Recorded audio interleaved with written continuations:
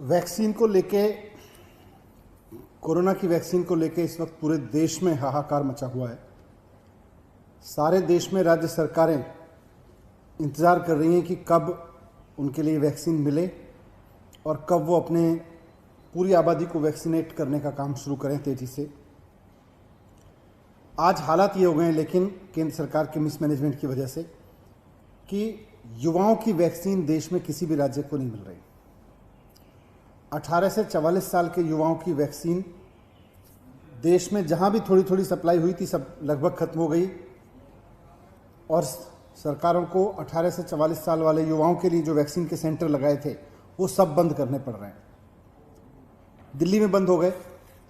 केंद्र सरकार ने कल हमको बताया है कि अब युवाओं की जो वैक्सीन है वो जून में मिलेगी और 10 जून से पहले नहीं मिल पाएगी, वो भी बहुत लिमिटेड सी सप्लाई मिलेगी। दिल्ली में हमने केंद्र सरकार को कहा था कि दिल्ली में हमें वैक्सीन उपलब्ध करा दीजिए। हम 3 महीने में पूरी दिल्ली की एक एक व्यक्ति को वैक्सीन लगवाना चाहते हैं, ताकि एक कोरोना का साइकिल टूट जाए, उसका चक्र टूट जाए।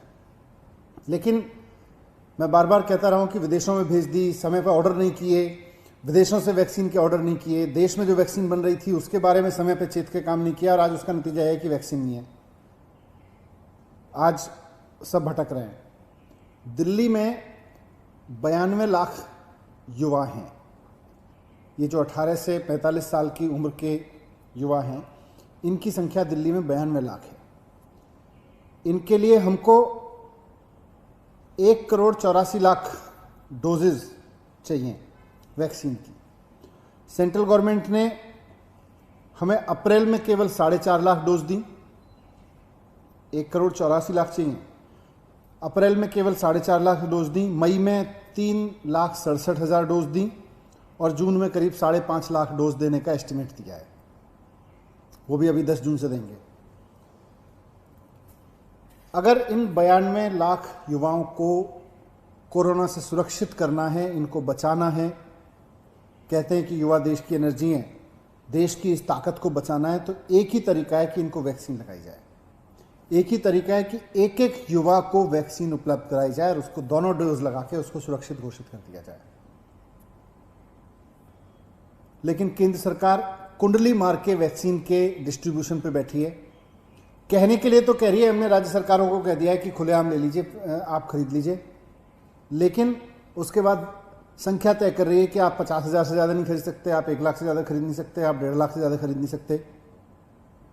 कुंडली मार के बैठी है पूरे वैक्सीन डिस्ट्रीब्यूशन पे। दिल्ली सरकार वैक्सीन लगाना चाहती है युवाओं को, केंद्र सरकार उसको रोक रही है। मैं केंद्र सरकार से पूछता हूं कि अगर दिल्ली सरकार अपने दिल्ली के युवाओं को वैक्सीन लगाना चाहती है तो आपको उसमें प्रॉब्लम क्या है? केंद्र सरकार से मैं पूछना चाहता हूं कि दिल्ली सरकार जब आपसे कहती है हमें अपने युवाओं को वैक्सीन लगानी है, तो आप कहते हो हमारे पास वैक्सीन नहीं है। प्राइवेट हॉस्पिटल उसी यूथ को महंगे दाम पे वैक्सीन लगाने के लिए जब कंपनियों से वैक्सीन खरीदता है, तो केंद्र सरकार उसको वैक्सीन दिलवा देती है। ये क्या सेटिंग है? मतलब राज्य सरकार अगर युवाओं के लिए वैक्सीन मांगे तो केंद्र सरकार कहती है कि वैक्सीन नहीं है, वैक्सीन कंपनियां वैक्सीन नहीं बना पा रही, वैक्सीन कंपनियों के पास वैक्सीन उपलब्ध नहीं है। उन्हीं कंपनियों से केंद्र सरकार प्राइवेट हॉस्पिटल्स को वैक्सीन दिलवा रही है, क्योंकि प्राइवेट हॉस्पिटल्स महंगे दाम पे फिर उन युवाओं को लगा रहे हैं। जो वैक्सीन राज्य सरकार फ्री में लगाना चाहती है अपने युवाओं को, वो वैक्सीन प्राइवेट हॉस्पिटल 1,000 रुपए में, 1,200 रुपए में लगवा रहे हैं। तो राज्य सरकार कहती है हमें अपने युवाओं को वैक्सीन लगानी है, तो केंद्र सरकार कहती है हमारे पास वैक्सीन नहीं है, कंपनियों के पास वैक्सीन नहीं है। प्राइवेट हॉस्पिटल्स को लगातार वैक्सीन उपलब्ध कराई जा रही है ताकि वो 1,200 रुपए में लगा सकें, 1,000 रुपए में लगा सकें। मैं पूछना चाहता हूं केंद्र सरकार से कि अगर सरकार के लिए वैक्सीन नहीं है, अगर राज्य सरकारों के लिए केंद्र सरकार के पास युवाओं को देने के लिए वैक्सीन नहीं है, तो फिर प्राइवेट हॉस्पिटल्स को महंगे दाम पे देने के लिए वैक्सीन कहां से आ रही है? अगर केंद्र सरकार कहती है कि वैक्सीन कंपनियां उतनी वैक्सीन नहीं बना पा रही हैं कि राज्य सरकारों को एक मुश्त बड़े पैमाने पे दी जा सके, तो ये बड़े पैमाने पे देने के लिए प्राइवेट अस्पतालों के लिए वैक्सीन कहां से आ रही है? केंद्र सरकार इसका जवाब दे। क्या केंद्र सरकार ने केवल राज्य सरकारों को वैक्सीन देने पर रोक लगाई है? क्या केंद्र सरकार ने प्राइवेट अस्पतालों की किस राज्य को कितनी वैक्सीनेशन दी जा रही है, इस पे कोई राशनिंग नहीं है, इस पे कोई रेगुलेशन नहीं है?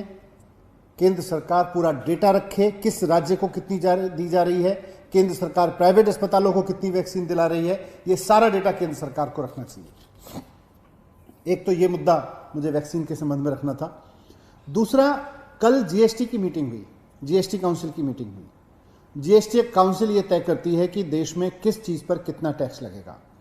दिल्ली की ओर से मैंने दिल्ली के वित्त मंत्री के रूप में मांग रखी कि वहाँ पर vaccine, oxygen concentrator, oximeter, PP kits, testing kits जैसी जितनी चीज़ें हैं, ऑक्सीजन सिलेंडर्स, लेकिन मूल रूप से वैक्सीन, इसको सबको टैक्स फ्री कर दिया जाए, इस पर जीएसटी का रेट 0 कर दिया जाए।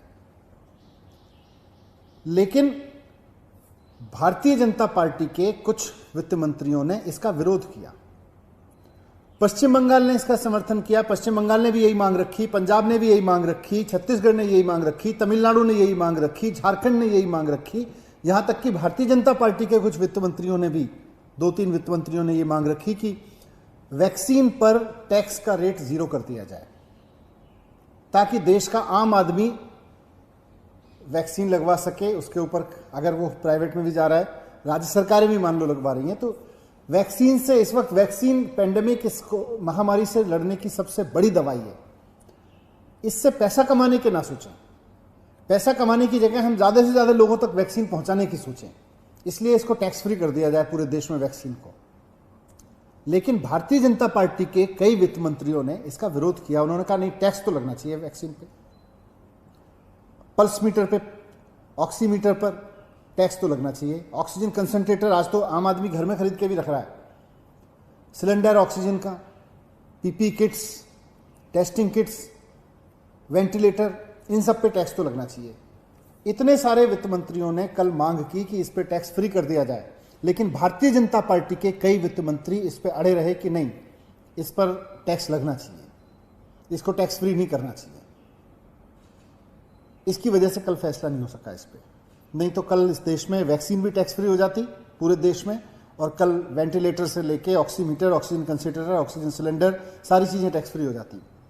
मैं भारतीय जनता पार्टी से भी पूछना चाहता हूं कि अगर महामारी के इस समय में बीमारी की ये दवाइयाँ, बीमारी के ये थोड़े बहुत उपकरण जो आम जनता यूज़ कर रही है, जो ऑक्सीमीटर आम जनता यूज़ कर रही है, अगर टैक्स फ्री हो जाते हैं, उसको थोड़ा सस्ते मिल जाते हैं, तो इसमें भारतीय जनता पार्टी को क्या प्रॉब्लम है? क्यों भारतीय जनता पार्टी ने कल, भारतीय जनता पार्टी के फाइनेंस मिनिस्टर्स ने कल इस बात पे जोर दिया कि टैक्स फ्री नहीं होनी चाहिए? भारतीय जनता पार्टी बताए कि वो देश में महामारी के इस समय में इन सब चीज़ों से कमाई क्यों करना चाहती है। क्या आपदा के इस समय में चीज़ों को सस्ता करके आम आदमी को उपलब्ध कराना, हॉस्पिटल्स को सस्ते में उपलब्ध कराना आज का सरकारों का कर्तव्य नहीं है? क्यों भारतीय जनता पार्टी की सरकारें इसके विरोध में है कि टैक्स फ्री कर दिया जाए इन सब चीज़ों को? इसका जवाब Bharatiya Janata party they. Thank you.